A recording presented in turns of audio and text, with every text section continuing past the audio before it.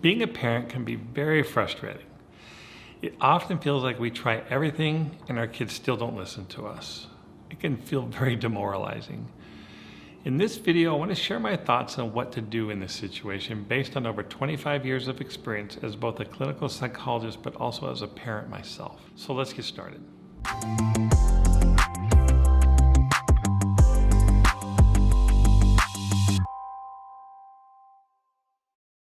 If bad behaviors are the result of ineffective parenting, it's usually because we don't have much credibility as a parent.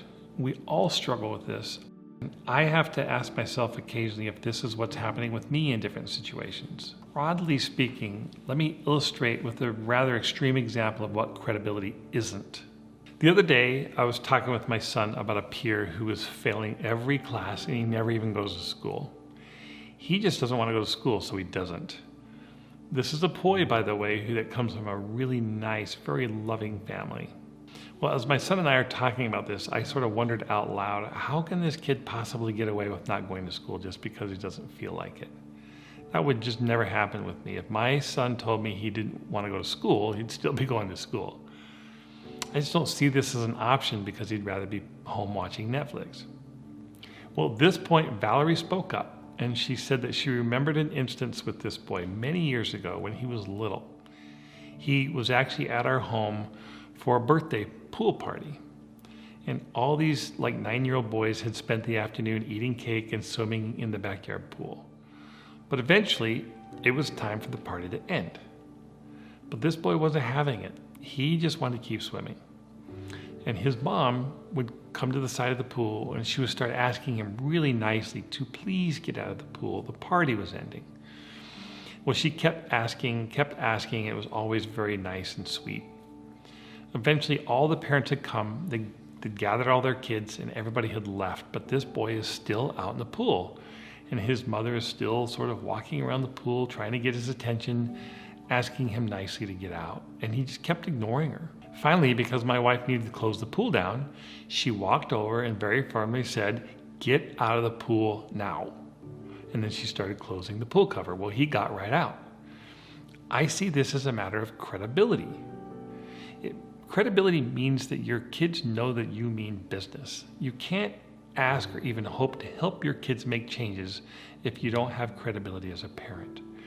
You can't deal effectively with bad behaviors if you're not credible. So it means you have high expectations, like in this case, that your kids will do what you ask when you ask them. They know that ignoring you is not going to be an option. If they do that, that's going to bring worse consequences. It means you mean what you say and you don't tolerate bad behaviors. Because bad behaviors will always be followed by an unpleasant response, right? That's the standard that you want to set and live by. I actually think this is so important that I've developed an entire course on how to be a credible parent. But suffice it to say, you have to mean what you say and you have to follow through. You have to have boundaries and you have to be consistent with those boundaries.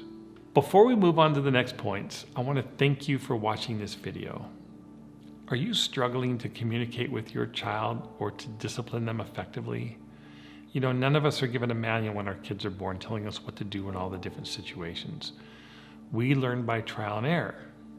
And that's what this channel is all about. It's about using my system of correcting and connecting with your child so that you can build long-lasting, trusting, influential relationships with them. If that's the kind of thing you want to know more about, then like this video and subscribe to my channel, and then share this with your friends. Now let's get back to the video. So if you're having trouble with your child not behaving right, let me give you a few ideas. Number one, I want you to create and try to be consistent with boundaries. This is actually the not so fun part of parenting sometimes, and it actually makes us feel guilty because some of us are not very good at it, having boundaries. But children absolutely thrive with limits and structure. I really believe, very simply, boundaries equal happy kids, and lack of boundaries equal unhappy kids. Number two, this is really important, establish daily rituals of connection in your home. So for example, one daily ritual of connection could be having meals together. Did you know that the number one predictor of less likely substance abuse in adolescents is the number of family meals they have in a week?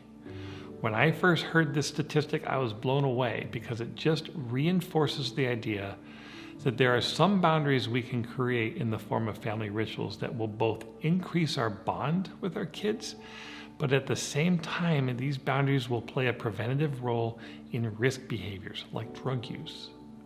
Another ritual is bedtime rituals, just really simply tucking them in or waking them up at night. I think kids need to have rituals and they need to have structure. Having some predictability in a child's daily life will give both them and you a lot of peace. Number 3, although we have structure, we have routines, we have rituals, remember that sometimes we got to be flexible, right? So sometimes your child might be studying extra for a quiz that morning and it's more important than making their bed. We have to be flexible while still creating these patterns of expectations. Number 4, remember that the most effective parenting style involves being nurturing and being credible. So aside from routines, structure, and boundaries, find ways to be nurturing and emotionally connected with your children. For example, sometimes little kids act out because they're not getting enough of your attention. My daughter's 2-year-old son was recently acting out one day. He was just doing all sorts of naughty stuff. And it would have been very easy to scold him or anything like that. But instead, she told me that she sat down with him and just read him a story. And that changed everything in the moment. He wanted attention, and that story time was this little emotional bonding reset moment that altered the course of his behaviors. Do you sometimes struggle to discipline your child effectively? Do they misbehave or act out or leave you scratching your head wondering what to do or even how to reach them at all? I've spent the last 25 years as a clinical psychologist working primarily with children, adolescents, young adults, and families. I have seen how these principles I teach have benefited my family and so many others. I want you and your family to have this too. That's why I've created a free ebook about how to discipline effectively, and believe me, it is not what you think. This will help you correct and connect with your child. It contains distilled information from my 25 years as a clinical psychologist, and it is designed to give you an understanding of effective parenting tools as well as practical steps you can take starting today. So just click on the link in the video description below, fill in your details, and I'll send it right over to you.